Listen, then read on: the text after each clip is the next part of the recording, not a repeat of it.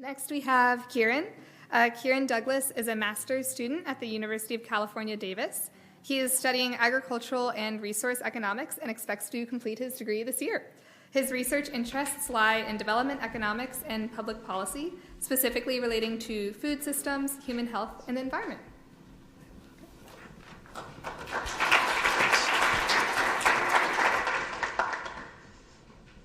All right, mic's on. It's magical. How's it going, everyone? This is my first time presenting this paper, so bear with me if we run into any technical difficulties. But today I'm going to be talking about a project I'm working on with Doctors Anna Josephson and Jeffrey Mickler at the University of Arizona. I guess just to provide a little bit of background on the project, we started off, I started off as being brought on a sort of broader project that was looking at potential exclusion restriction violations in the use of rainfall as instrumental variables. And I was tasked with creating a replication package that, since the guy who was sort of leading the paper, my friend Chandrakant Agme, was experimenting with the use of large language models for metadata extraction to sort of scale up his ability to conduct this like large scale review. And it ended up spiraling into a much sort of greater process than I think any of us had anticipated, so we decided to write a paper on it, and we're calling it Mining Meaning. So, as we all know, literature review is central to science, but scaling them can be difficult, and large language models, I think, present an interesting new avenue for sort of scaling up our ability to conduct large-scale literature review, and obviously coding, synthesizing large bodies of literature. But, as has been said before, it presents several new challenges, right? We want to make sure that these processes are very replicable. We want to make sure that they're open. We want to make sure that we're being very clear in our processes. So the core question that we're interested in asking in this project is whether LLMs can be reliable extractors of structured metadata from papers and then help us paint a picture of what exactly is going on in the literature more broadly. And in line with the sort of inspiration behind this project, we used weather as an instrumental variable as our test bed. So there are sort of four primary things we're interested in looking into at this paper. The first is classification tasks. This is in line with some other recent research. I'm sure some people out here have read the Mellon Briggs and R.L. Boondock paper, the one that's looking at publication of null results, and they use large language models to basically do these sorts of classification tasks, right? We're looking at like binary outcomes. We're having the paper identify whether or not a thing exists. So in that, we're interested in knowing whether or not the paper is empirical, if it uses an IV, and if so, is that IV a rainfall metric? What sort of sets this project apart, and I'm curious to see what some other people are going to say in later presentations, because it seems like some are kind of in line with this, but we're interested in actually like extracting the structured metadata, like endogenous variable names, outcome variable names, instrumental variable metrics, and so on. And then sort of merging these two, we want to make sure that we're then able to sort of like synthesize what we find from this extracted data. We want to paint a picture. And I'll show that picture in a little bit, but basically the idea in line with Agme's project is we want to see if we can draw connections between endogenous explanatory variables, rainfall metrics being used as IVs, and then outcome variables, sort of in the interest of highlighting some potential exclusion restriction violations. And then finally, we want to, in line with BITSS, make sure that this pipeline is replicable, scalable, and we want to sort of try to provide some best practices for people who are interested in using it for similar projects. We think there are sort of three major contributions here. One is a scalable, replicable pipeline for AI-assisted evidence mapping in econ, and then also evidence for where LLMs are succeeding versus failing. And then finally, we're interested in providing some practical guidance on the elusive prompt engineering strategies that seem to vary by field, and as I'll talk about in a bit, are just very frustrating to deal with. Labeling needs for using like different approaches, like fine-tuning, which is what we did, and then also the accuracy trade-offs that you end up dealing with. So Weather is a hard test for IVs because the definition of weather seems to vary pretty drastically across the literature. People are defining it in different temporal windows. You have different levels, and the causal channels are also varying super widely. You're using weather as an instrument for a ton of different things and then estimating a ton of different things. So with so many different variables, so many words involved, it seems to make it a little bit complicated for the models to reliably extract this sort of information. So we thought this would be an interesting test to see how it does at these more like domain-specific problems. So in the paper, we're treating rainfall as an IV as sort of a nested concept. So we run the model through 3 passes. So first, it's whether or not the paper is empirical. Second is whether or not it uses an IV strategy. And third is whether or not that IV strategy includes rainfall as an instrument. And then from there, we ask it to extract the specific variable. So constructing the corpus of literature was a little bit complicated. So I'm sure some people are familiar with OpenAlex, but it's an online repository for research. Has a ton of stuff, really cool, very useful. I would recommend writing it down if you haven't heard of it. But we used Boolean logic to sort of narrow down our search query, highlighted about 3,700 papers that included relation to economics, econometrics, instrumental variables, regression, rainfall, and so on. And then we painstakingly extracted those papers through a bunch of different processes to use them for downstream processing. This is sort of our the first chunk of a workflow diagram. So OpenAlex also provides relevance scores based on your search criteria, which is super handy. So we extracted about 15% of that corpus to be used for training, validation, and testing. So that gave us about 524 papers. And then from there, we brought on 2 sets of very unlucky undergraduate RAs who had to read through all of these papers and extract all of the metadata. And then from that, PIs, we sort of went through, we randomly assigned subsets of those, and then we cross-checked each other's results, had a lot of disagreement. People are surprisingly struggle a lot with describing exactly what they're doing in their empirical specification and that, or which variables they're using. So it was not just an LLM problem. And from there, the labeled data are split 80-20 into training and testing groups. That 20 is 20% out of sample that we're using for generating some metrics, performance metrics. So from there, at this point in the project, I'm only going to be presenting our results from using OpenAI's fine-tuning feature. Several other platforms have fine-tuning features, and I think we're ideally going to be including those as comparisons in the final version of the paper, in addition to different metadata extraction techniques, like using retrieval augmented generation, which is, you have some external repository containing reference data that the model refers to when it's generating its output, and then using a combination of that and fine-tuning, and then also a whole host of prompt engineering techniques that a lot of people have very strong opinions about.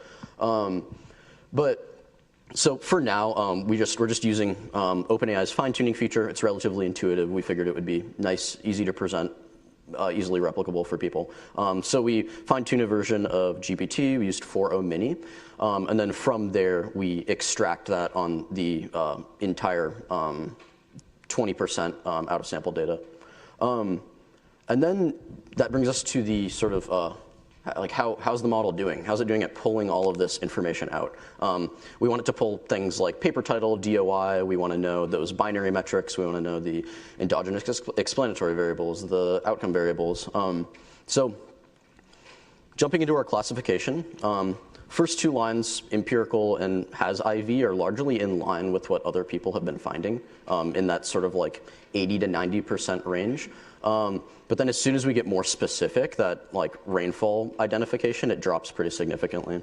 And I think the story here is that like LLMs can seemingly reduce workflow with this kind of task, but it doesn't seem like they can like fully replace a human's contribution, especially when that recall matters. Like it might be useful for generating like a quick and dirty understanding of the literature, but if you really want to know all the details, you probably need to use either yourself and the model, or hire a bunch of people and have them do it manually.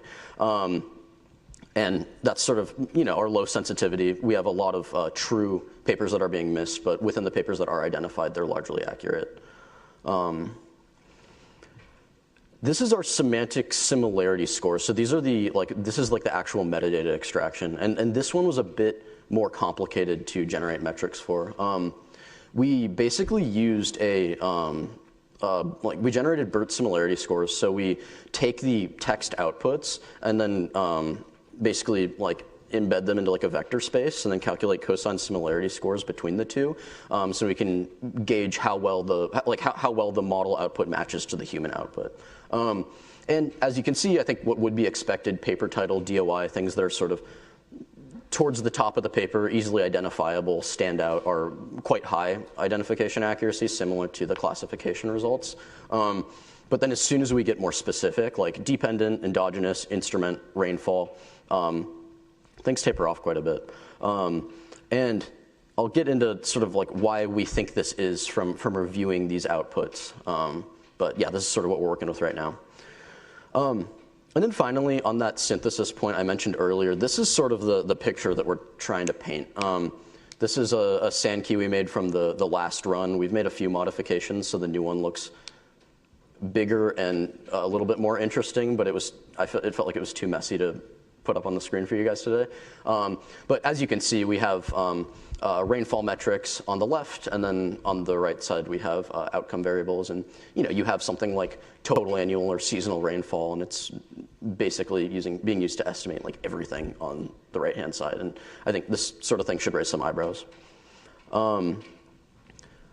So is this process replicable? That was the goal from the get-go, but the more we got into it, the more it seemed like sort of a big ask. It seems like a challenging thing to get people to reproduce. It required a substantial amount of human labor. In addition to that, the model is just very picky with the inputs. I mean, you can make the tiniest changes to the prompt, change one word or two words, and you'll automatically corrupt the entire output, and you'll get super wacky results. And it also takes things very, very literally. We say we want rainfall metrics. We want the metrics used for rainfall IVs, and so that would be something like, I don't know, log annual rainfall or monsoon variation. And non-0% of the time, the model just outputs rainfall, which is technically correct, but it's not what we're really interested in here. So the optimal workflow, as I mentioned before, is probably something that's in the middle. Humans use it, but then you have people who are carefully picking through and validating those data and then correcting for where things might have been missed at this point. And that sort of brings me to the general areas that we've identified in which the model's falling short. As I mentioned, the IVs are describing the outcome variables very literally. We'll get a lot of just simply rainfall rather than the specific metric that we're interested in. And another major issue is when papers are using several, they have several endogenous variables, they have several rainfall metrics or several instruments. These models will generally select the first two or something, or the first one that appears maybe in the abstract, but people are including things later on in the paper, but it doesn't really seem like it's, we have not been able to figure out a reliable way to get it to deduce what the specific thing we're looking for is. So it will sort of just instantly cancel the run if it can't identify something within the first however so many tokens that it receives. So multiple instruments is an issue. Similarly, when rainfall is appearing in the background, the model struggles a lot with this, and so did our undergraduate RAs, which I don't blame them for. We'll have, people will give their entire specification, and then they'll sort of leave in a footnote oh, by the way, we used rainfall as an IV at one point, and it's all right, come on. And similarly, when things pop up in tables, sometimes it's a little bit difficult for the models to identify. And then finally, we ended up with a lot of hydrology papers for some reason, which is fine. That's not really what we were interested in, but that's just something to keep in mind when you're using something like OpenAlex. So where we go from here, I think we're really interested in expanding these labeled training data. across subfields to improve robustness of our results, and in addition to that, include other types of weather measures like temperature or drought. And then I think the thing that I've touched on a little bit, but I think that it's going to be really cool to sort of see these cross comparisons between like different fine-tuning features, using different models, using different prompt engineering techniques. I haven't seen a sort of like comprehensive comparison of all of these different techniques, and it seems like they yield slightly different results. So that's something that we're ideally going to be including in the final version of the paper. So I think the key takeaways here that it seems like LLMs can reliably extract and create sort of meaning. They can extract metadata fairly reliably, do these sort of like binary identification tasks in a way that's okay, but it's insufficient to fully rely on them, I think. I think that as soon as you get into like more domain specific, these like complex subjects, it starts to require such a high degree of human oversight that at this point I don't know how worth it that is. And I don't see that being something that changes unless there are some sort of reconfigurations of like the underlying architecture of the way that these models function. So I think the key sort of take home is that it seems like fine-tuning is a viable method, but it requires careful prompts. The labeled data has to be like heavily scrutinized, and it takes a lot of auditing, just a lot of effort. So yeah, that's what we've got. Thanks.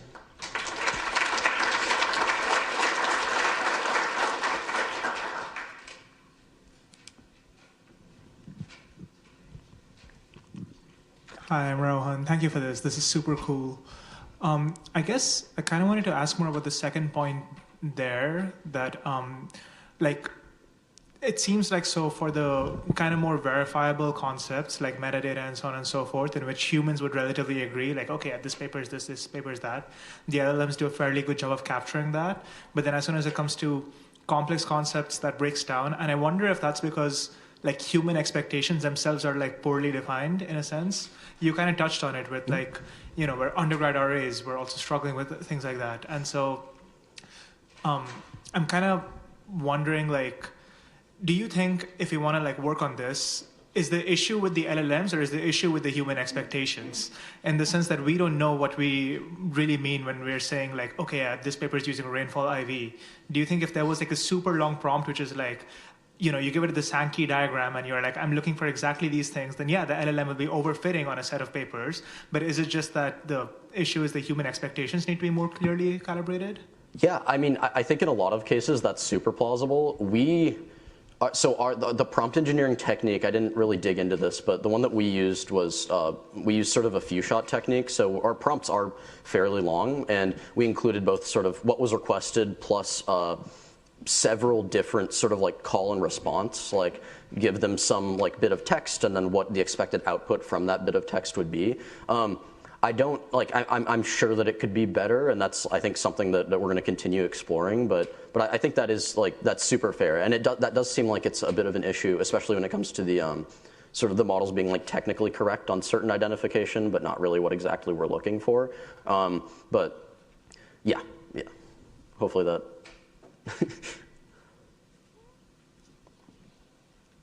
Thank you so much. Super interesting presentation. So I understand why you might have gotten more poor results for things like the IV, but I'm really curious on your take of why the classification did so poorly on the dependent variable, whether you have any kind of insight on that. Yeah. I mean, so this is, yeah.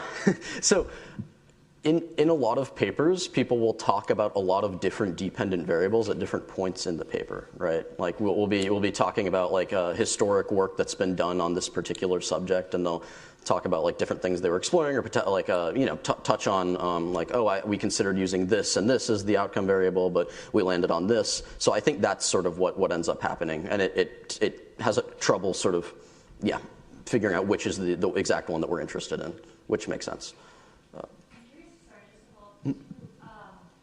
Tried to point it to like any of the tables, or was it pulling from text? Did you do any differentiation there? Yeah. So the tables were specified. We used a kind of like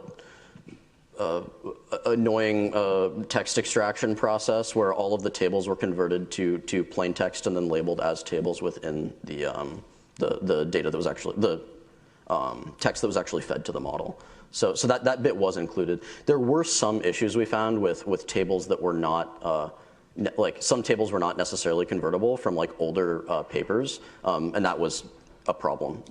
But yeah.